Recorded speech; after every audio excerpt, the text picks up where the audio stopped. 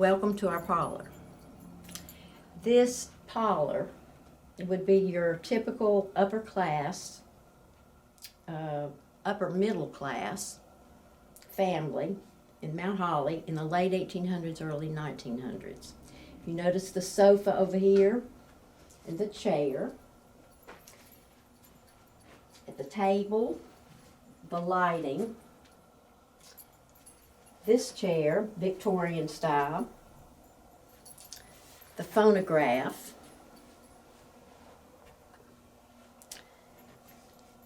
And of course, the piano. This piano was bought by Moses Rhyne in 1859 for his daughter, and it was shipped from Baltimore to Charleston and by carriage from Charleston to Mount Holly. And then it was sold to different people in later years, and it came back into the family. And finally, the last family member was the Love family, and they contributed this to the museum. They donated it to the museum. Now, if you lived in this room and you looked out that window, you would find the main street of Mount Holly in the early part of the 1900s.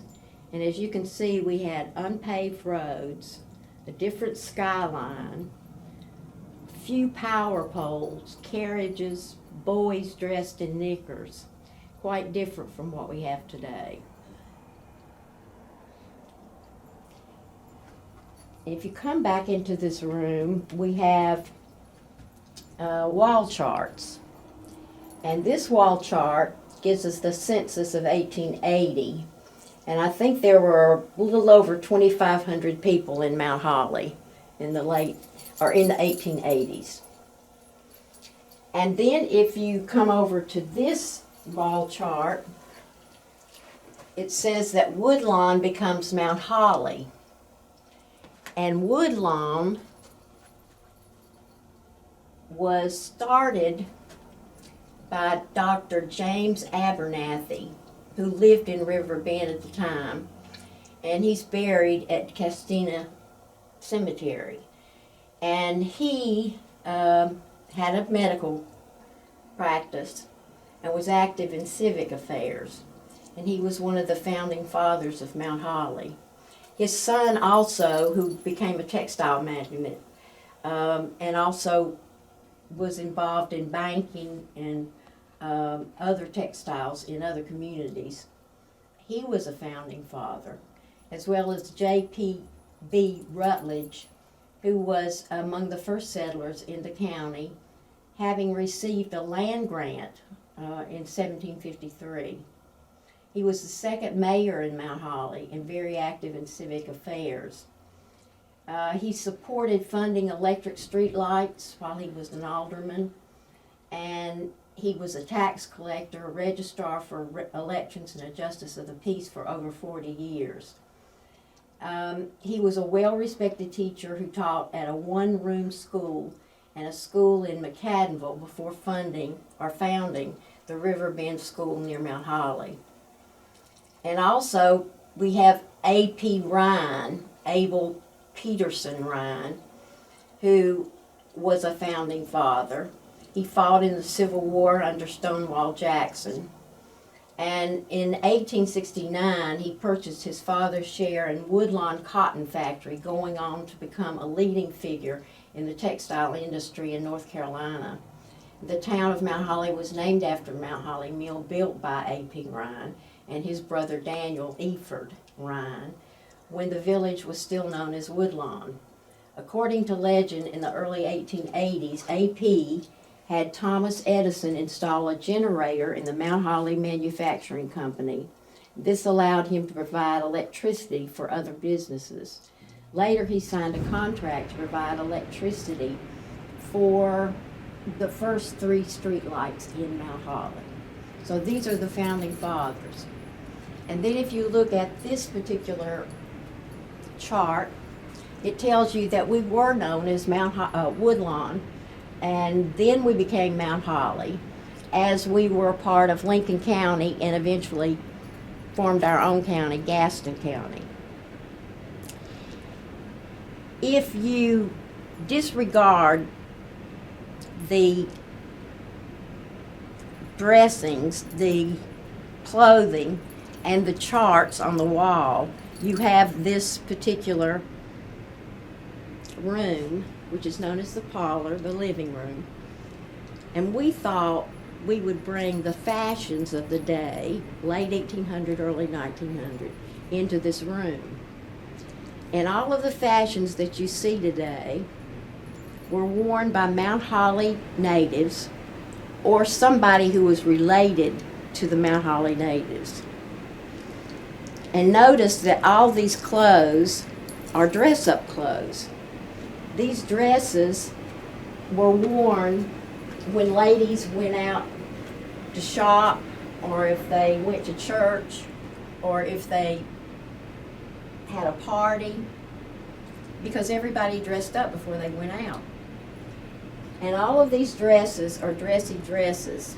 And I will call your attention to the one dress, the black dress here, and the black dress over here. This black dress is what we call a mourning dress. When somebody died, there was an age of mourning, and people wore these black coat-like things to show their grief. And then this is the typical hat of the late 1800s, very early 1900s, real big. And the ladies supported these hats because they had the long hair and the big Gibson-type buns on their head. Notice the shoes, lace-up, high-top lace-up shoes, which were very popular at the time. And there's one dress that is not a fancy dress, and that's this dress, which is a cotton dress that people wore when they were doing their chores. And they were 100% cotton, most of them, and they were worn so long that they became ragged and were actually torn up into rags. And that's why you don't see so many of them. These children's clothes are dress-up clothes. They only wore them for special occasions. And these clothes were about 1914. And this is a little boy's outfit with the tam. And this is a little girl's outfit, which is displayed on an Edwardian doll. And it's a wire hat and a little white dropped waist dress. And this is a little boy's outfit, which features these shoes. And these shoes are not lace-up and not Velcro. They're button shoes. And they usually had a little device that they could use to help them button these shoes. This is not authentic. This is a reproduction of a little girl's dress that would have been worn in the late 1800s, early 1900s. Over here, this is authentic. This is a christening robe that was worn at the same time period. And that's a christening dress, which was 1910, that a little boy wore. If you want to see what these ladies wore under these dresses, you look back on that back wall.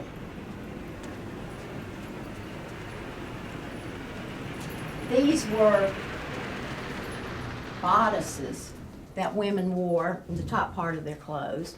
And we have some other bodices over here. And they also wore pantaloons, or I don't know what we would call the pantaloons. And some ladies would wear over their pantaloons these big heavy slips, petticoats. They were called petticoats. And we've got about 7 of them here, and we made a tablecloth out of all of them. And they're beautifully made. And some ladies, if they really wanted to be in style in the late 1800s, they would wear what we would call a bustle. And we have a bustle here. Bustle is extra padding that you would put on your back to lift a skirt, and they were made out of wire or rags or batting, and they gave a bump right back here, and it was to lift the skirt so it wouldn't drag along the road or the streets, and sometimes they just wore them because they were stylish. We have stockings that women wore. And can you imagine, underneath the heavy clothes that they wore all of this as well. We also have a nightcap over here that they wore in bed.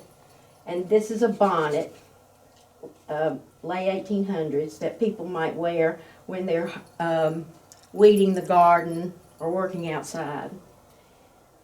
And we have here also the stiff collars that ladies and men wore around their necks. And we also have these hat pins that were anywhere from 5 to 10 inches long that held these big hats on people's heads. If you look back here, you can see the nightgowns that they wore, heavy nightgowns. This is a robe, a silk robe. And these are everyday dresses that are made out of cotton that we don't have many of. And this is like a negligee back here and a bed coat.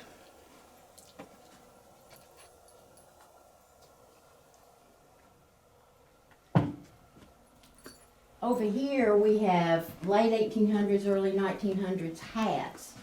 We have the Panama hat, and we have the derby hat, and we have the flat hat. This preceded the baseball cap that men wear today.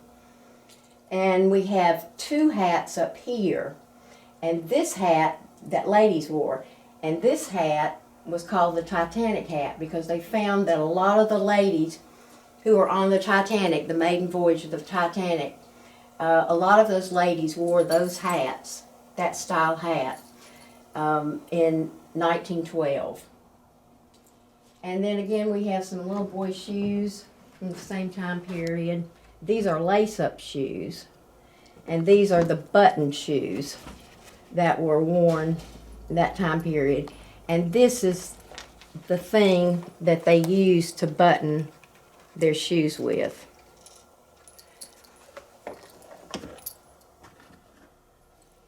Over here, we have probably, I guess, the main attraction of this clothing exhibit. We have up here, the 1960s, we have a green party dress and a blue party dress. And a lot of these dresses were worn with what we call crinolines. And crinolines were a stiff slip that made your dress stand out. And that was popular in the middle 1800s as well as the middle 1900s.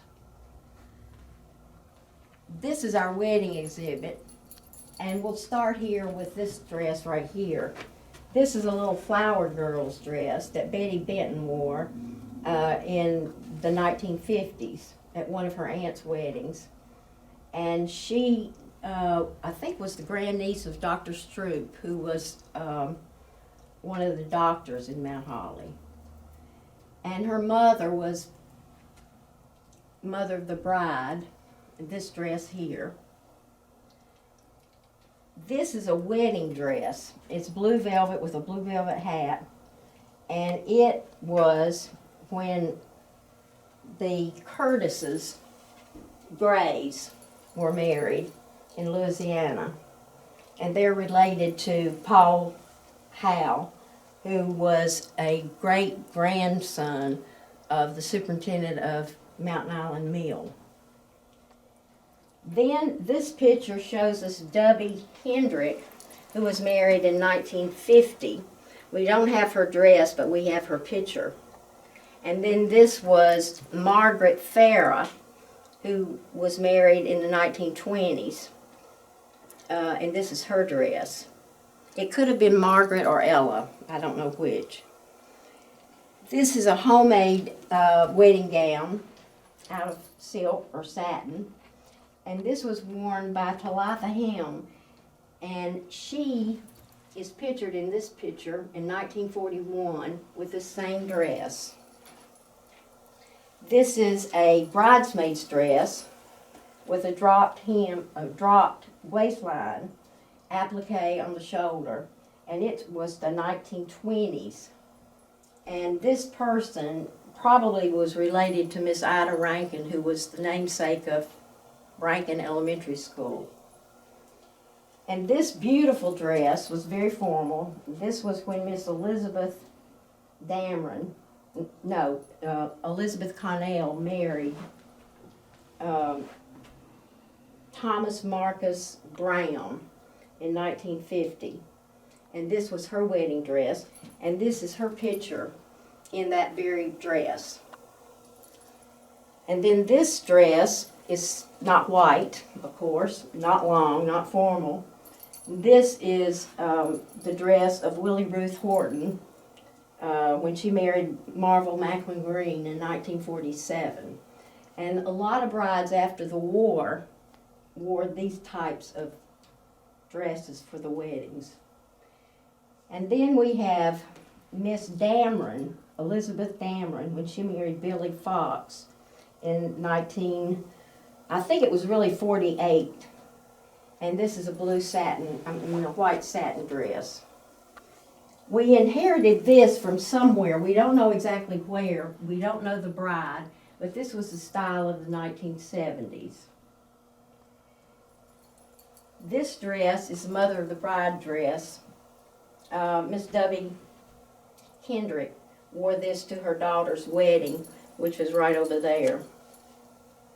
And then we have this nightgown and robe, handmade, was part of the trousseau of one of the relatives of Betty Benton, and it was in the 1940s.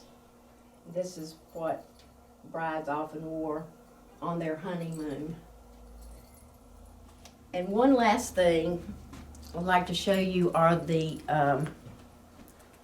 jewelry of Miss Stroop, and her husband was one of the ones that set up a grocery store in Mount Holly, Belmont area, and it became the basis of Food Line.